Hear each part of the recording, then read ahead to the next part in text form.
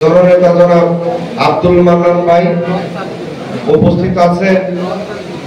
গাংনী পৌর বিএনপির নবনির্বাচিত সাধারণ সম্পাদক, রাজনৈতিক সহযোদ্ধা জননেতা জনাব সাইদুর রহমান।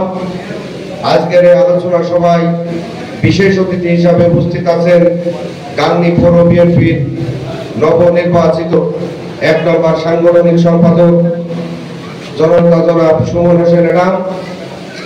উপস্থিত গাংনী পৌরসভা বিএনপির নবনির্বাচিত সাংগঠনিক সম্পাদক আমার সন্তান তুল্য জননেতা জনাব ইমন হোসেন সহ আবার গাংনী পৌরসভার ৮টা ওয়ার্ডের সুযোগ্য সভাপতি এবং সেক্রেটারিবৃন্দ, এবং আমি যাদের কাছে ঋণী, অনেক লোভ লালসা, টাকা পয়সার প্রলোভন, অনেক হুমকি, অনেক কেন্দ্রের যোগাযোগ আছে এই কথা বলেও যাদের ঠেকাতে পারেনি, যারা আমাকে ১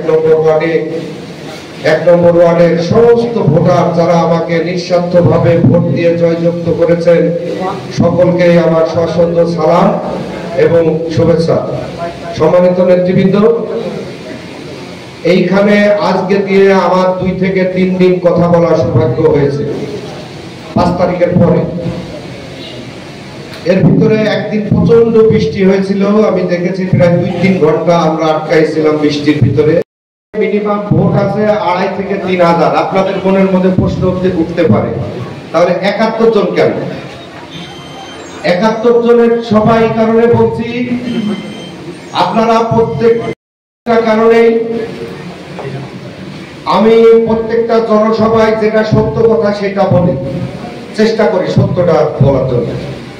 বাংলাদেশ জাতীয়তাবাদী দল বিএনপি কোন জেএমপি সংগঠন, ওয়ার্কার্স পার্টি না। বাংলাদেশ জাতীয়তাবাদী দল একটা সমুদ্রের মতো বিশাল দল। এই দলে থেকে এই সমুদ্র থেকে ২-৪ বালতি পানি আপনি তুলে ফেলাই দিলে এই দলকে শেষ করতে পারবেন না। কারণ হচ্ছে একজন যাবে আর একজন রেডি হয়ে আছে নেতা হওয়ার জন্য। আমার খুব ভালো লাগে একটা জিনিস আমি অনুভব করলে, যে অন্য দলে কিন্তু এই নেতৃত্ব নিয়ে প্রতিযোগিতা নাই, মানে অন্য দলে তো লোকই নাই। ৭১ জন ভোটার, ৭২ জন নেতা, এরম দল। আর আমাদের দলে ৭১ জন নেতা, কিছু না হলে ১৫০০ লোকের প্রতিযোগিতা আছে কমিটিতে ঢোকার জন্য। আপনাদের আমি আশ্বস্ত করতে চাই যে বিএনপি, বাংলাদেশ জাতীয়তাবাদী দল ছাড়াও বিএনপির কিন্তু আরো অনেক গুরুত্বপূর্ণ অঙ্গ সংগঠন আছে, যে অঙ্গ সংগঠনগুলা একেবারে সহসা প্রত্যেকটা ওয়ার্ডে কিন্তু ওই অঙ্গ সংগঠনগুলা গঠন হবে এবং কমিটি হবে।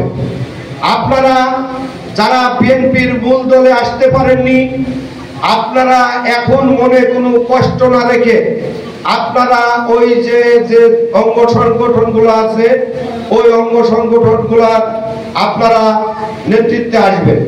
রাজনীতিতে যদি পৃথিবীতে একটা কাজই অধৈর্য হয়ে হয় না, সেটা হচ্ছে রাজনীতি। আপনার এখন দল ক্ষমতায় আছে, আপনি ২ দিন খুব ভালোভাবে রাজনীতি করতে পারবেন, আপনার পাওয়ার আছে, আপনি ভালো পাঞ্জাবি পরে মহড়া দিতে পারবেন, আপনি মোটরসাইকেলে মহড়া দিতে পারবেন। ২ দিন পর আপনার ক্ষমতা থাকবে না, আপনাকে দূরবীন লাখ পুঁজি পাওয়া যাবে।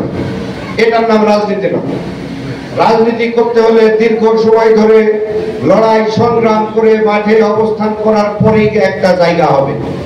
আপনি আজকে যে জায়গাটার জন্য চেঁচামেচি করছেন, আপনি যদি দলের প্রতি আস্থা রেখে, দলের প্রতি সম্মান শ্রদ্ধা রেখে, আমি ১ নম্বর ওয়ার্ড বিএনপির সাধারণ সম্পাদক এবং না হয়েও কোন এমপি মন্ত্রী না হয়েও আপনাদের পাশে এই দীর্ঘ সময় আওয়ামী লীগের যে জেল জুলুম নির্যাতন স্টিমরোলার চলেছে, এর ভিতরেই আপনাদের পাশে ছিল। আপনারা দেখেছেন অতীতে ২০১৮ সালে বাংলাদেশ জাতীয়তাবাদী দল মনোনীত ক্যান্ডিডেট ছিল, যেখানে ড্যামি নির্বাচনের নামে যে নির্বাচন হয়েছিল সেখানে তিনি মনোনয়ন পেয়েছিল এবং জনতার রায়ে কিন্তু 18 সালে উনি বিজয়ী ঘোষণা হয়েছিল। সম্মানিত নেতৃবৃন্দ, আগামী দিনে যে রাজনীতি আসছে, আমরা কিন্তু প্রত্যেকেই একটা তথাকথিত ইসলামী দলের দোষ দিচ্ছি। আমরা কিন্তু আমাদের নিজের আত্মসমালোচনা করছি না, আমরা আমাদের দোষটা অন্যজনের ঘাড়ে দিয়ে আমাদের দোষটা ঢাকার জন্য চেষ্টা করছি। সম্মানিত নেতৃবৃন্দ, আপনারা আজকে আমরা বলছি যে জামাত